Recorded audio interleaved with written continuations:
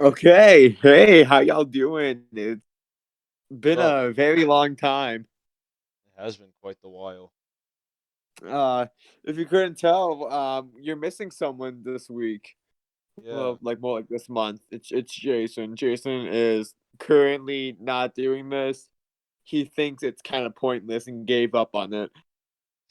But we got bored, so we decided to film. So, how y'all doing today? I'm doing great. Nice. Quarantine. Yeah, we're in like 50 something days into quarantine. Yeah, I think it's like 52. Hope you guys are all Yeah. doing good at home. Yeah, I hope everyone's, chill, safe. To our 8 viewers, I love you. Yep. Uh, so today, it's just gonna be me and Somali. A very like personal, in-depth talk on both of us. We're gonna be talking about psychology, the human brain.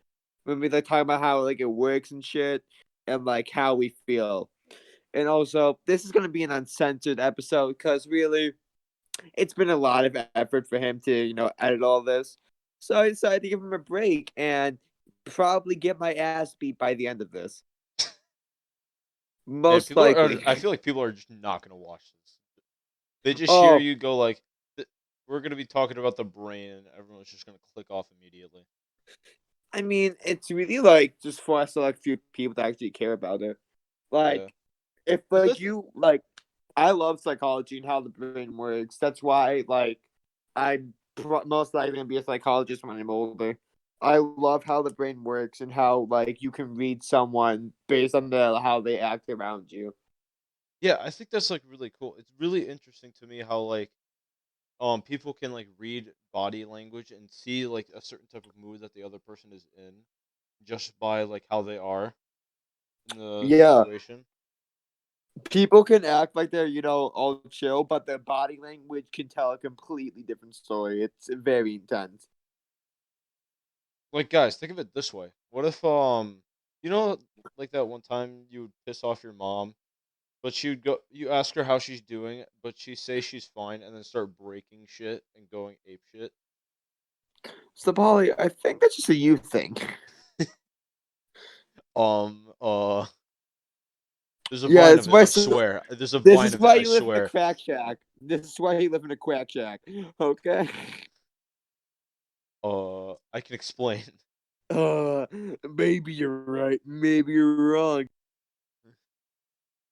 Okay, so I'll start. So basically, as I said earlier, I love psychology and how the brain works. I've been writing since I was in fifth grade, and ever since then, I've just like every single story I've written has, in some way, shape, or form, just involved the person's mind deteriorating and then becoming a beast and like becoming like a shadow of who they once were. It's just like it's a great way to tell stories, really. Yeah, cuz um because people they have like multiple ways like it's not like multi-personality disorder where it's like people are like act one way to one person and then Schizophrenia. no, but it's like you have a completely different personality like between people. Like one person you could be nice and then the other you could be like an absolute douchebag too. Ooh, It's bipolar like disorder. it's like you have multiple personas just for, for individual people because you don't know like exactly like who they are deep down, or if you do, you can be true with yourself. That that's what I think is really interesting because not a lot of people like express their true selves in front of others, especially if they don't, even if they known them for like a long time. Not a lot of the time they would like open up to them or like go for their true self. Oh yeah. And we can definitely relate this back to us. I feel like Jason has never actually opened up to either of us. He gives us like a base form of him and just like his comedic side. He never like opens up and has like a deep talk with us. I I've mean, like if you think about it, half the time he's just making sex jokes. I've never actually talked to him to the point where I'm trying to help him with his problems. That's usually like a me and you issue. Yeah, it's just like ever like. for now in quarantine, we've been like FaceTiming each other like late night. We just talk about just Yeah, random stuff that we have problems about. that's also like the main reason why we brought this back, just cause we got bored and we felt like we just wanted to talk about something. Yeah, we thought this would be interesting to talk about. I mean, but going back to Jason, he definitely is hiding darker side from us, like his actual emotions, cause I have never actually had a conversation about him involving how he feels about everything and his mental health status. He likes to think he likes to like say that he's like in like a great mental place and everything, but every time we talk to him, he's been like he's like seems like he's getting like worse and worse day by day, and I just don't like feel that's healthy. Yeah, He's def. I Sorry, think you the go first. quarantine. Yeah, sorry for cutting you off, but the I think the quarantine is getting to him though. That's why. I think since it's been like almost 2 months now without going outside, like all he's been doing is just like working out. Like actually every single time we FaceTime him, we always just see him like pumping out like 20-pound curls or 15-pound curls just out of nowhere because he's bored as all hell. I mean, we all do that though. Yeah, but like it's a bit absurd on his part. I mean, he is stuck with his mom, dad, and sister, who all I feel like, except his dad, are very like emotionally unattached to him. Yeah, I feel like his sister doesn't like him very much. Yeah, I feel like him and his mom have like a personal connection just because like it's a mother and son bond. But Yeah. like, I feel like Jason is definitely like a secretive loner just because he just hides all of his emotions and just tries to act like a funny guy instead of truly expressing who he is. I can kind of relate to that. I normally just try to be funny. If I don't really know the person all that much, I just try to be funny because unless if it's like you or Jason or some other friends that we got that I've known for a very long time, I don't really open that much of myself. Like a lot of people just call I told one of my friends that I played like one anime game just for the hell of it, and he goes like, "Man, you're a fucking weeb." Sabali, you are a weeb though. You like hentai. Ooga booga. uh yeah, but that's like, little sidetrack note. But I feel like we can definitely talk about this in a very larger scale in the next couple of minutes. Yeah. What I think is really interesting as well is that people have two different they have a persona which they normally do use for people around them, but then they have a shadow within the self that displays their true feelings, and it's normally like your worst side or and like most of the bad qualities of you, which I think is really cool that you can overcome that and display your true self after like immense thought and concentration. Like I know this is gonna sound a bit religious, but like you like there's a constant craving that people want. Like the craving that people want is causes like internal suffering, and it's like they never seem to be happy because they always want more. No matter what in life, that's what humans do. Everyone wants more. No one can ever be happy with what they have due to the fact that with social media and shit like that, we see people to have more than us and we always strive to be better and better. But there's like social hierarchy and to the point where you can't climb the ladder and you can't be like all these people at the top when you're like in the middle. You can strive to be like them to the best of your ability, but there is no way in hell that you can actually do the things that they do with the ease that they do. Yeah, that's what I don't like. People say like once they get like really old and have like a decent amount of stuff that they got, they go like, "All right, that's it. This is all I've wanted in life." And sometimes I think this is a complete and utter lie. complete and utter lie because there's always at some point in your life, and even like I don't even think at some point it's always happening that you just want something larger than what you have. I mean, it's just a normal human craving. No Exactly. matter what, everyone wants something more than they have. No one is ever truly happy with what they have in life. You know that. That's a fact. That's Yeah, a that is literally a a proven fact. fact. That's a good Everyone can definition of act like they're happy. happy with what they have, but no matter what, someone will want more in life. No one is ever content or complete with what they have. Yeah, that's what I don't get. People say that. I'm like, you're dumb. Like if people like actually think that, they're either suppressing something or they're not they're not being true to themselves. I mean, good on you if you are perfectly content with what you have. But at some point in your life, there is going to be something that you're going to want that you know is out of reach due to stuff you've been like the stuff you have access to in your life. Really, Yeah, it's you like can you can tie a lot of like human emotion back to really economics right now, I would say. Because if we're talking about like people wanting more and more, it all relates back to how much money you have. Just because everyone feels need that like actual objects will bring you happiness and shit, not experience. yeah, that's what I think is really insane. What I thought was I saw this one thing and played the game as well. Is that I think it's really cool how they how the game uses like symbolism and stuff, like where the enemies have their own personal background stories and build character on the reason like why they're so evil. Like for example, one guy took took a kid in because his like mother was sick and she was naturally gifted in the work in art and would learn off her and then teach that to the son.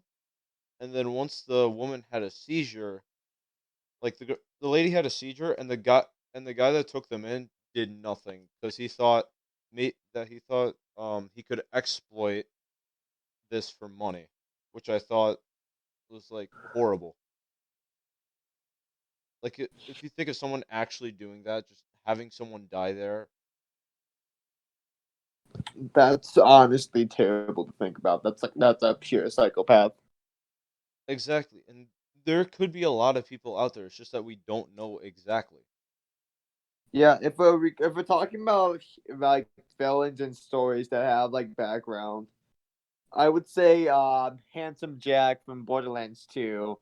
In my experience, is like a very well drawn out villain because throughout the story, you learn that this guy has had everything taken from him, and no matter what, he has got everything that he has gone and done has been dismantled in some way, shape, or form.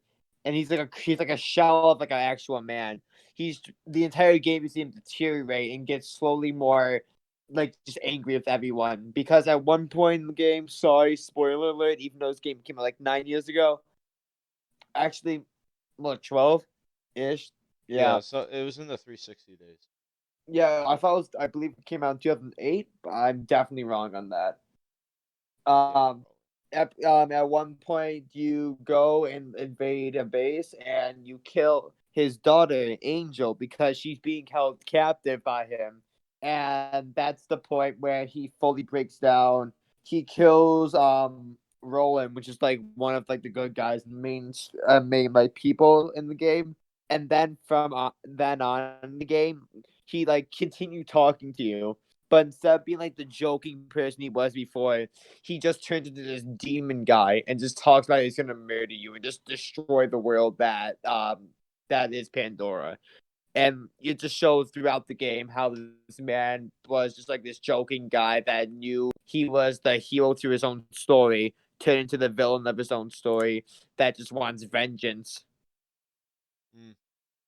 Yeah, It's that the way I've seen like this is like where the people are just like pure assholes. They get like one good thing and then become so full of themselves that they develop like what like a manifestation of their ideologies in their heart. So the another one, this is from Persona 5. One guy, he's a coach for a school volleyball team that got to nationals, and he was also an Olympic star. He became so like full of himself after those so many years of like winning at the school and becoming the successor for the school that he thought he could exploit the students, like one of them physically abusing his team, sexually harassing um females. Even like one of them, they show in the game where it's like one girl is like you stop her from um going over to the guy's place, and I thought, man, this shit hits deep. This was like only like 2 hours into the game. That shit hits deep fast, and then later on, you'll see like his true desires on like because what I think is kind of cool is like they show you like what is manifested in his heart, and the girl he was trying to smash is a stripper in his house. Like he sees her as his slutty girlfriend, and I thought, What? what the that fuck? Like, that sounds very awkward. it Uh sounds awkward and really bad at the same time. oh, I would I if you actually told me that when but if I actually played this game and I heard that storyline, I think that was fucking disgusting and disturbing. But like I feel whatever I don't even know what this game is. It's definitely some Japanese hentai shit. Calling it. I mean, it is from It's Japan. I some guess you got me there. fucking knew it. Fucking knew it.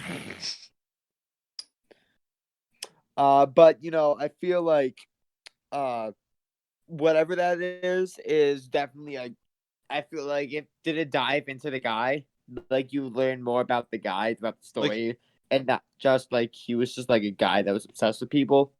you kind of learn a little bit because you never see him after like about 10 hours into the game because he gets arrested for his crimes after confessing. Because what I think is kind of cool is that you're as the protagonist, you get to like teleport kind of like into his state of mind and try to fix like his um mental state through showing like how bad what he has done through slight persuasion of his inner self.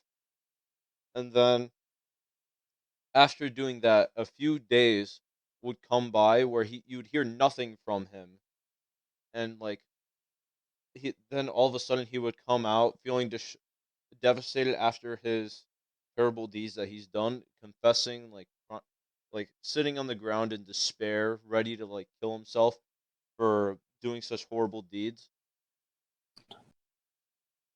Games like that are fucking amazing. If you can have a game where it actually makes you feel sorry for the villain, or actually any sort of media that makes you actually feel sorry for the villain, and like you agree with like his motives if you know his backstory. If a Exact game can, if a game can make you root for the villain more than the actual person, that means that the director, what the fucking game designers are doing something correct. yeah, that's and then in like previous games, you kind what I also kind of think is kind of cool is that like with this mainline story of game types, they have like a guy that portrays you, and one of the like secret villains in the game is so well written. It's like his father like never loved him. He never like saw his mom because like once like he was born a couple like soon after his mom died, and then his dad had to take care of him, and then he was like shelled away, had like no motive, like nothing to keep him going inside him except for hatred for his father.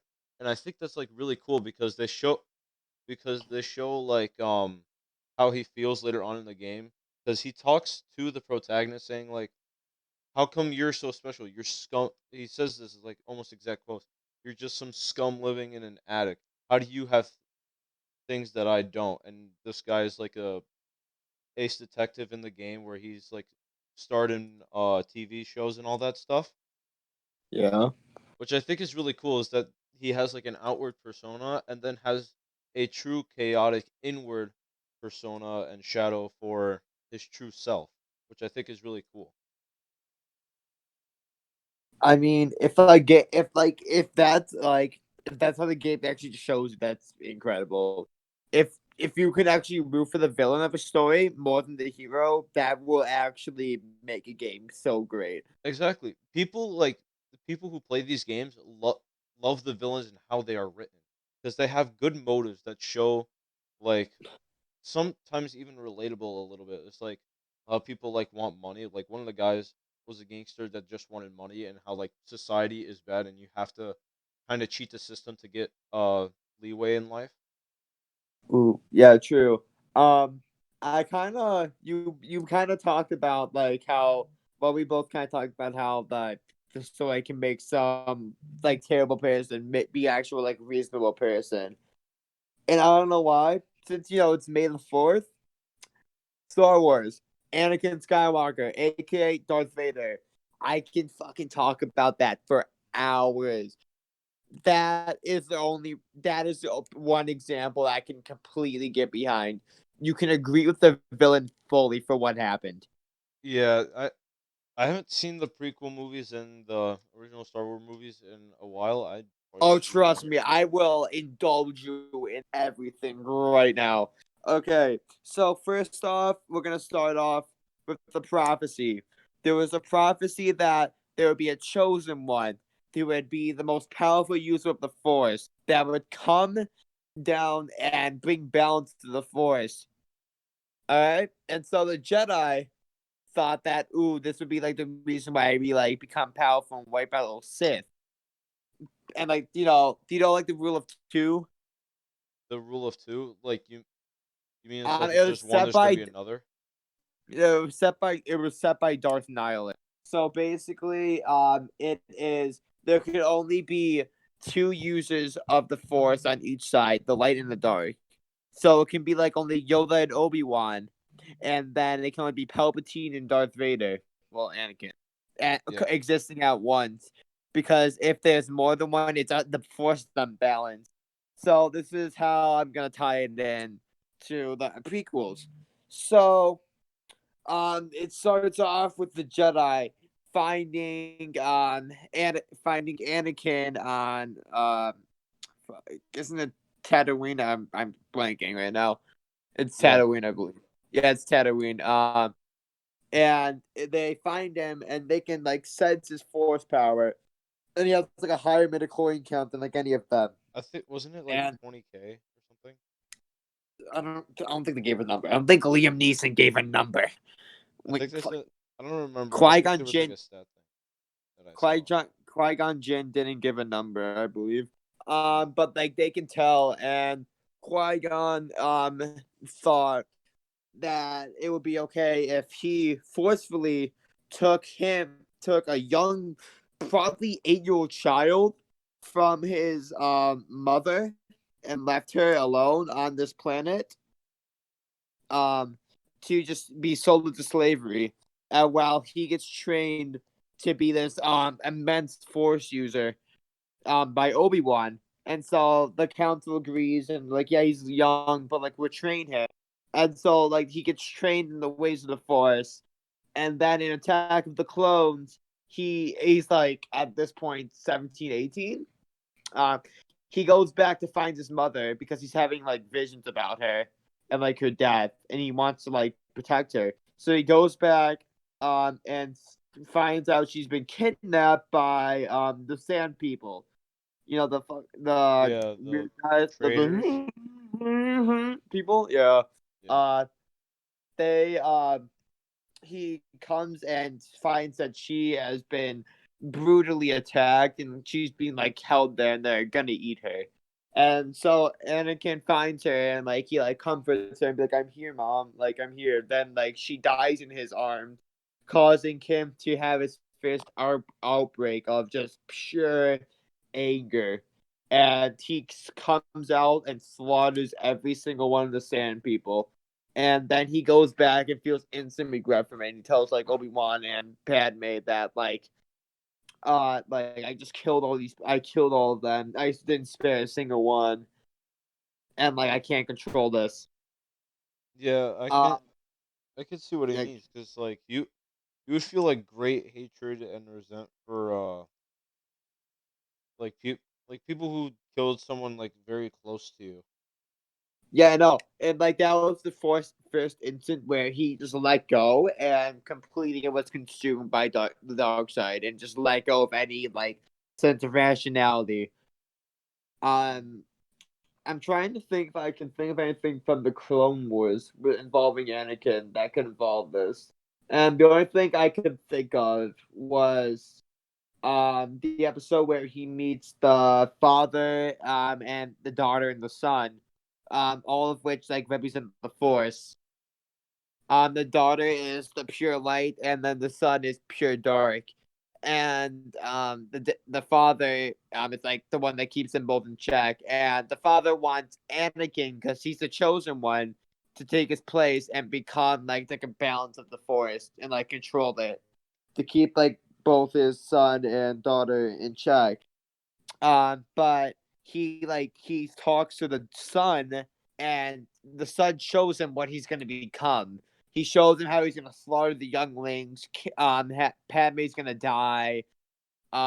He's gonna become Darth Vader, and he breaks down and becomes like a demon version of himself. He's not fully Darth Vader at this point, but it's like I would say the closest he became prior to Palpatine. Mm. It shows he tries to kill Obi-Wan and Ahsoka. He successfully kills the son, but I believe that's later on.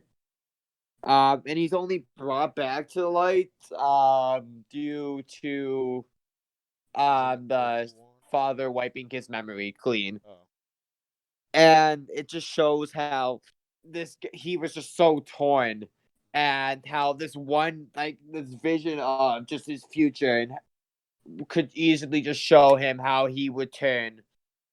He thought by becoming this monster that he could protect and like protect himself and not become the thing he saw in the visions by the sun, but he just ended up becoming an early version of it. And he like it became was the actually very thing he depressing to swore to watch. destroy. Huh? He became the very thing he swore to destroy. Kobe once said that. Uh, and so going into episode 3, Revenge of the Sith, we all know what happens in that. XQ Order 66, Ooga Booga, Mace Windu gets shut out of a window. But that episode is where Palpatine fully just makes his move on Anakin. He just slides into the DMs and it's like, I can prevent Padme from dying because I know you're having visions of her dying. I am like the Sith Lord, and you know this. And then he's torn because he wants to turn him in, but he's like, I also need you because I need you to protect my wife. And like it's just a crisis in his mind, and he doesn't know how to react to it. So he becomes unrational, and he just gives into the dark side and he just assists in becoming Darth Vader. He plays into Palpatine's hands just so easily. He slaughters the younglings. Master Skywalker, what are we gonna do? And the lightsaber ignites. They all fucking die. Yeah, Battle of Mustafar happens. You and my brother Anakin, I loved you. I hate you. Darth Vader comes, but like, it just shows how like fucking terrible of a life he had, and how the Jedi literally abducted him at a young age where he wasn't even fully ready to become like a Jedi or anything. But they were just so eager just to have the war over with because they were fighting the Separatists at this point. yeah. Uh, Separatists were just Dooku, Dooku Grievous, Ventress, Maul. It was basically the entire thing was just the actual when you bring the war down to its core, it was a war on trading. It was really a war based around trading, which Yeah. is very awkward when you think about it. Just think about it. The entire like thing of Star Wars is just spice. That's very awkward. But also it but going back to it, it shows just how the Jedi were so eager to win that they created this thing that would wipe all of them out. Yeah, Because no, uh, go sorry. I was gonna say like that. Like sometimes impatience can lead to like your downfall because that has even happened in like the real world. You guys know Hitler, right? It Y'all know my boy. he since he Japan and Italy rushed to take as many territory as they could from the world to achieve Lebensraum. They couldn't advance as quick. They originally had amazing technology, but had such limited resources to keep it going that they couldn't outpower the technology and also the mass production of the United States to continue with Lebensraum. So after the United States got into the war, once they started the Manhattan Project, the tanks tanks their ground forces and their air superiority won the battles nearing the end of the war after D-Day, and then caused Hitler to kill himself, and then the end of the German Empire. And then also with with Japan, Syr- they also didn't have the technology to fare against the U.S. naval combat and air superiority. So what? So after I believe it was a year of island hopping, the U.S.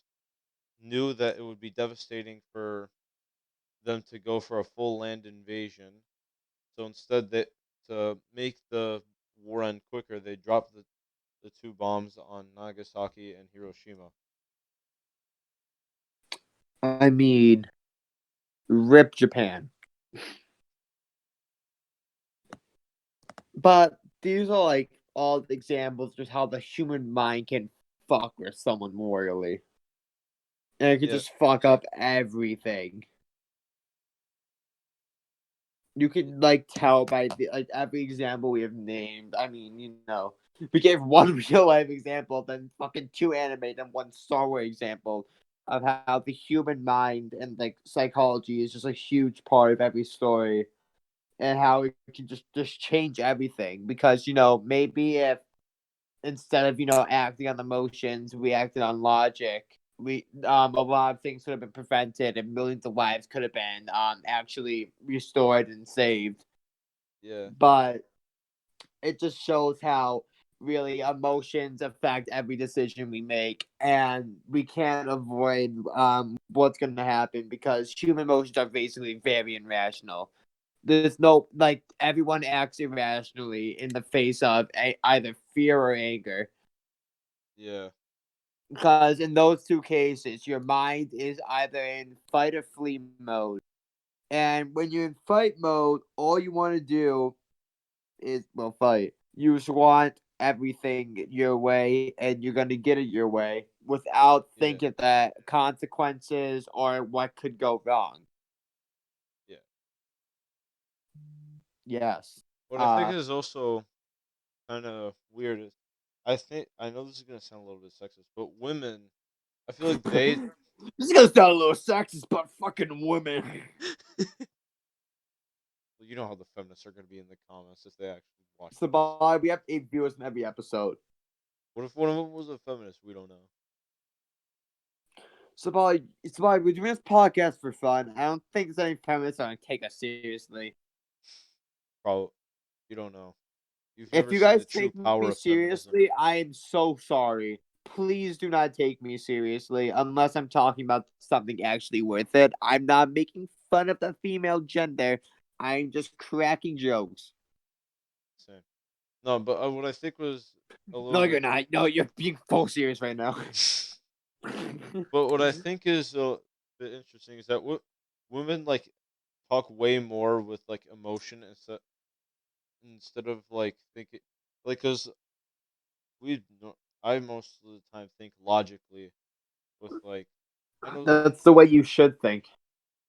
yeah, but like some people they go like make this a section once because they have like emotion or sympathy towards someone else, which I think is like no. If you think logically, if they did something bad, like sometimes, like they did something bad, and then like people sympathize for the person without like not really any reason why, just because they made up a like the person who did it made up an excuse to make people sympathetic.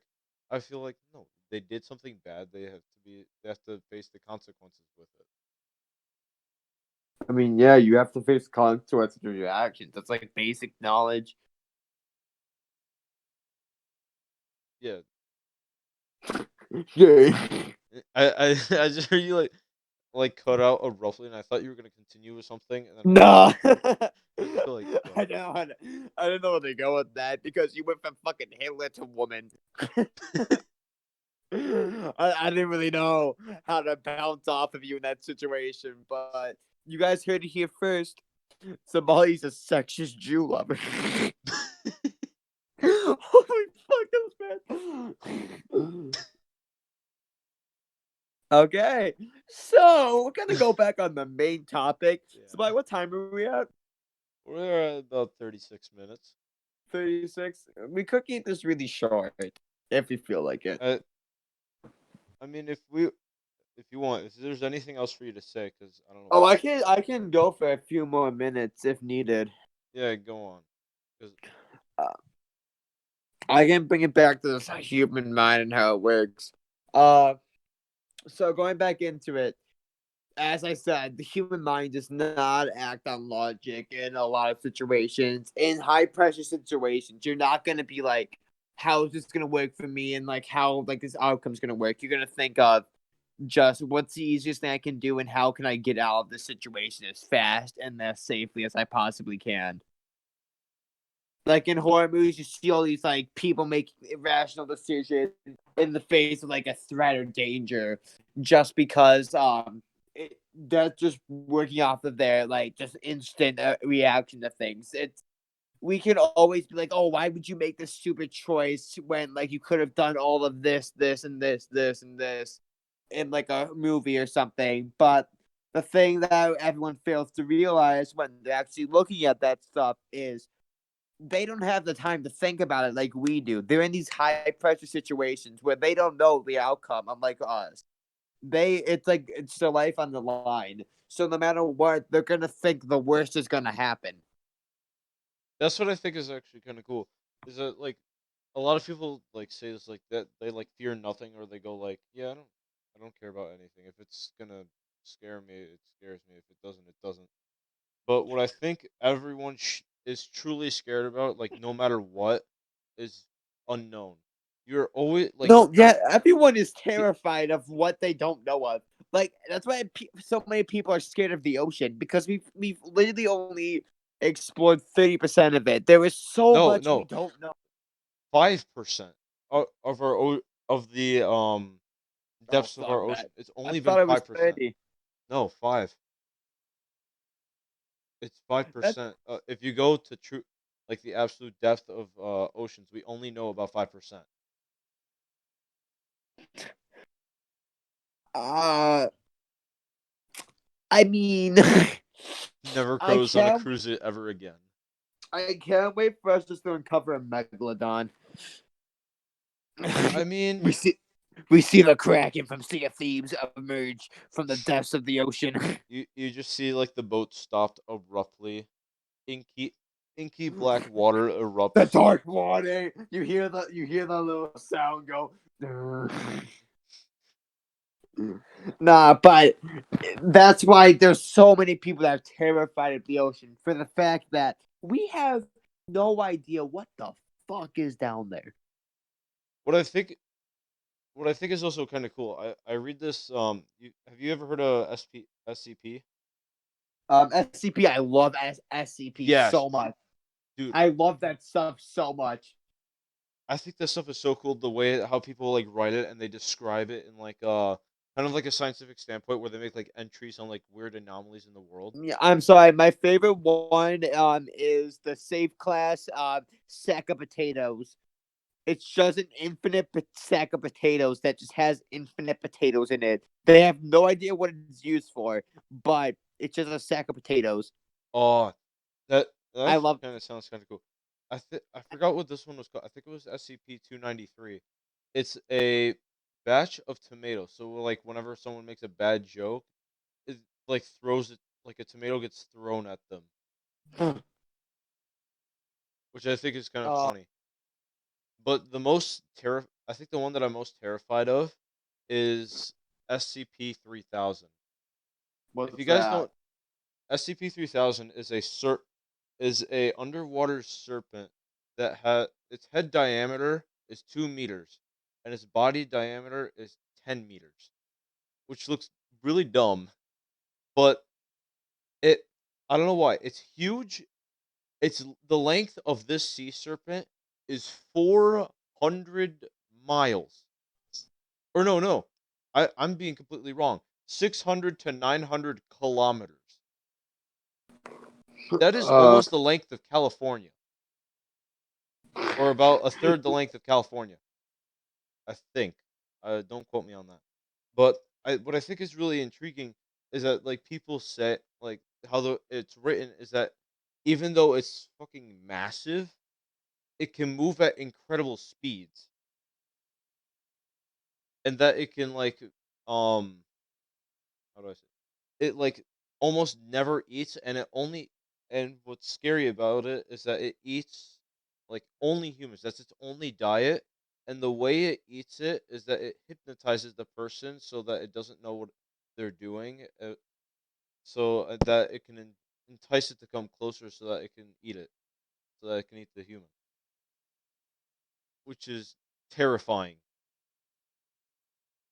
my favorite one is SCP-682. It's basically this like alligator looking guy. It's this unkillable reptile that just no matter what is unstoppable, and it's a Keter class, which means they have no idea how to contain it or what to do with it. It's just a terrifying thing that will just hunt you down. Mm. And also, I forget what, but there was I can look this up real quick. But there was like something called like a doorman, I believe. It Oh, was I just a don't. guy. It's a guy that just hides behind a door and just like watches you, and like no matter what, you just see him from the corner of your eye. Oh god, SCP-303. that just It's just like it's a unisex like thing that just like appears behind doors and just like watches you, and like you can never get close enough to it. It's like a Keter class shit. mm. What I think is also like a scary one is SCP-173, which I think is also a clutter class because it's hard to contain. Maybe you can contain it. I believe you could in like the SCP games, but like the biggest thing was that it goes insanely fast, but it stays still whenever you look at it. It only Oh, I moves know whenever. the cement one, the thing made out of cement. Yeah, the cement looking one. That's SCP-173 in Series 1, which I think is really cool because you have to constantly stare at it. Yeah, that thing is terrifying. That is that thing is terrifying because it's about the size of like I think it's like what was it like 5'2"? I think I don't remember the whole thing, but I think that is real. That's really bad. Like scary to think about how like something could move that quick. That is like what was that? Like your blink is like an eighth of a second. Oh no, if you blink, that thing zoom. He Yeah, zoom. but look, but thankful for since it has like such a limited amount of time, it doesn't get that far. So like you can kind of run away with it from it. That's how they kind of like dealt with it. Like all of that shit is terrifying to me, but it's also really cool. Like for all knowledge, like this stuff could exist in real life, but it could just be unknown to us. Like that like helps with like the mystery of a lot of things. Just imagine the amount of things we don't know about that is being hidden from us. Yeah. Like some of these, like a variation of any of the things we just talked about, like the infinite stack of potatoes, could exist. Oh, that'd be great. No, that's I, what I think is kind of cool. Not what like do you all mean? What do you mean that would be great? It's an infinite infinite. stack of potatoes. Dude, I could make mashed potatoes. Yo, infinite French fries. No, no, but what I think is also kind of cool is that not all of these are like bad. Like one of them, I think, what was it? SCP-2 was actually it's a submachine gun, like a live submachine gun. You can't take out the magazine or load actual rounds in it. It shoots like this. I think they described it as a tooth-like bullet, and then replenishes its own ammunition like every couple days, which I think is really cool because you can use like that could be utilized. A tooth firing gun. Yeah. No, but it's still like I think it's kind of cool how people is like who write the SCP stuff is not all just like scary shit. Like you got some things that are kind of cool. Yeah, I know. A lot of it is just creative writing. Like, there's a lot of like Keter class shit, which is all for people that don't know. There's like safe class, something class, and then Keter class. Keter class is the most dangerous. Safe class is like safe. Yeah. Wait, I can look up a chart. And I can actually tell you what they are, like what the three main types are. Yeah, But like all of this shit is so interesting. yeah. I think one of the I think intermediate safeties. I forgot what the SCP number was, but it's a bowl of candy that says take two.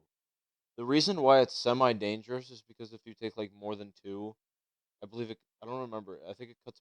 Yeah, it cuts both of your hands off, which is very Yummy. scary to think about.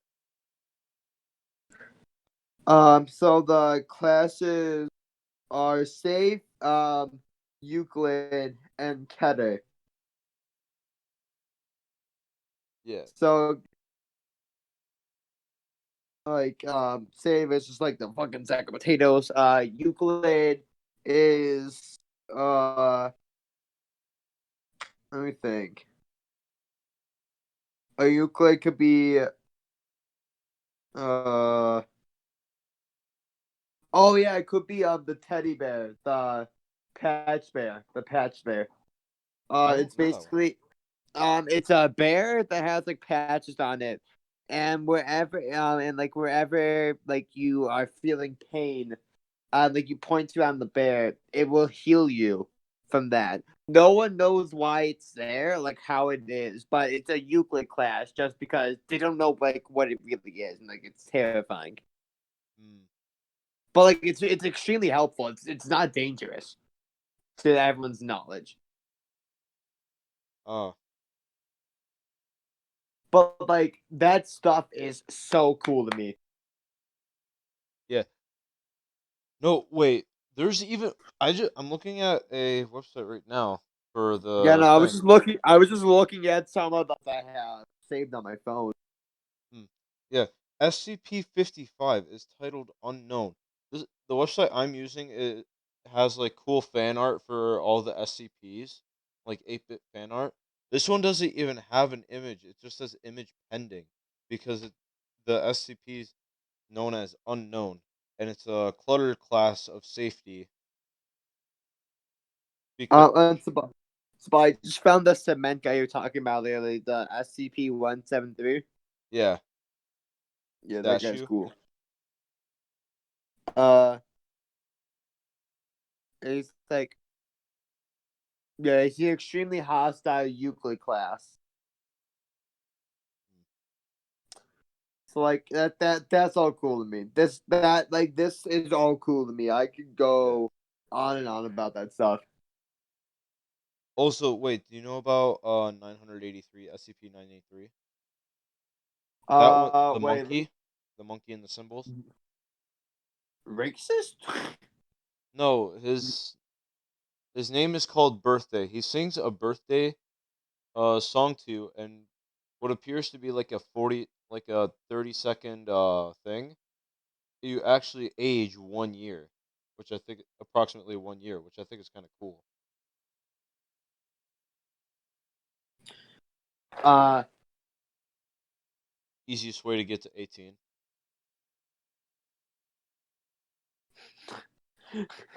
Sing me a song. I'm surprised that we were able to talk about this much. We're at 50 minutes. 30 minutes. We I like how we started talking about psychology. Now we just want fucking want the SCP. I love this. I think we wait. We talked. Oh yeah, we talked about this because we were talking about the fear of the unknown. Yeah, I mean that is unknown stuff, and that's like people just basically expressing what they fear. I mean, no, could be Yeah, unknown. I don't know. I mean one of the SPs is literally titled unknown. A lot of them are terrifying, though. Yeah, the serpent one is the most. There's one called like the shy guy. I don't know about it yet. Oh, I know Shy Guy. That one's I hate that. I hate that so much. Oh, don't describe it to me. I'm probably gonna read that tomorrow. The 8-bit like image that it gave me is disturbing. I can show you. I can find it right now. It's I'm good. I'd rather look at images of purple guy. Dude, yeah. Ba-da-ba-da-ba-da. and this this podcast episode went so off the rails. Um, start off. But I can tell you what Shy Guy is. No, that's okay. Do you want me to tell you what he's about? I'll probably read about it later. His shotgun about 4 times that of a normal human. He's very docile, but when he is enraged, he will stop at nothing to kill the person that has enraged him. Mm, So it's basically just like a chill until angry type guy. yeah. Wait, in what way did you hate him?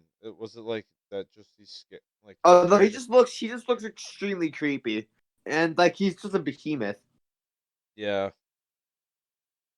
But like imagine just walking through a corner and just seeing like a giant behemoth just sitting like in with like isn't a ball just shaking back and forth. And then you're enraged and he screams and fucking charges you. Stop until he snaps your neck. yeah. That that stuff like interesting, but it can be like fucking A lot of it is a little fucked. I'm not gonna lie. terrifying. Yeah. All right. I pretty much got nothing else to talk about. Yeah, no. All right. Well, I think we'll call it there. yeah, I think it was pretty good. This was a really weird episode. I'm so sorry about that, but I hope you enjoyed our chaos. Yep. This is Nate signing off. Have a great day. See you guys. Stay safe Bye. out there.